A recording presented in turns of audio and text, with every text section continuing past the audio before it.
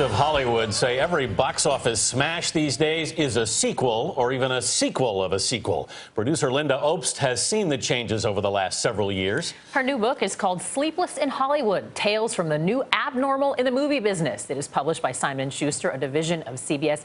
Lynda Obst, good morning, and thanks for being with us. You are executive producer of Sleepless in Seattle, among many other films. But you say that Hollywood was built by risk takers but's become utterly risk averse, and that films like Field of Dreams, Forrest Gump, Moonstruck would never get made now. That's exactly right. What's happened? Well, we don't make one-offs anymore. It's very rare to see a one-off, which we used to call a movie, because Hollywood is now in the business of making franchises, which are movies that can be sequelized and then sequelized again and then sequelized again until you get a very successful franchise. Like Fast and Furious, which is on its 6th iteration, because those movies are basically business enterprises which can make billions of dollars over and over and over again. One of the things that struck both Anthony and I about the book is the notion of DVD sales. This used to be 50% of the business. I don't think anyone would be surprised to hear that's just been eaten away. Well, there was an utter collapse in the DVD market, which is responsible for the almost extinction of the one-off movie. And what happened is in about 2009, technology, piracy, basically collapsed the DVD market, which was the profit cushion of the movie industry. The movie industry makes 10%, functioned on a 10% profit margin, which is not very much when you think about it, because the numbers seem so astronomical, but it functioned on a 10% profit margin.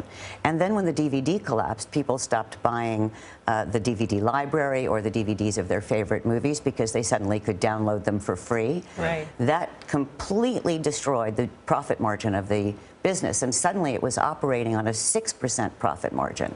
So what came to replace those profits? Well, they looked around and they realized it was the international market that was That's the one place where business was actually growing. And hugely in China and Russia, correct? Exactly. So in China in particular, which is now the second largest market in the world, is going to be the first largest market in the world in 2020.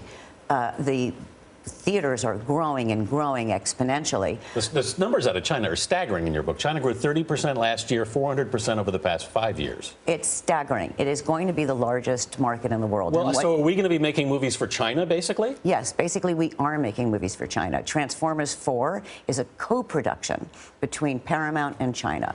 What China wants are familiar brands, explosions, 3D, special effects, because they want things that are spectacularum. They want things that can only be made in America. They want things that only our technology can produce. What scared me was that you say the business model for Hollywood has basically turned upside down. That's right. It used to be that 20% of the profits were overseas. Now it's the opposite. It's the opposite. It went from 80% domestic and 20% foreign when I began in the old abnormal, and now it's the opposite. Now it's 20% domestic and 80% international.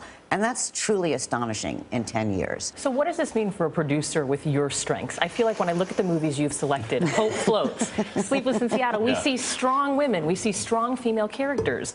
How have you had to change what you do? I had to start working more in a medium that loved women, that loved original ideas, that needed more and more of them, and that's television. And I wasn't alone. There was a huge exodus of writers who were no longer needed on the assembly line of franchises. Writers who wrote dramas, writers who wrote nuanced comedies with wit. And all of us went to join the golden age of television that had been spawned by the growth of the cablers. HBO had been doing such great pieces. Then Showtime grew in its wake. And now there's this enormous proliferation of new venues where new ideas are encouraged. Lynda Obst, thank you so much for joining us this morning. Thank you so very much. Thanks.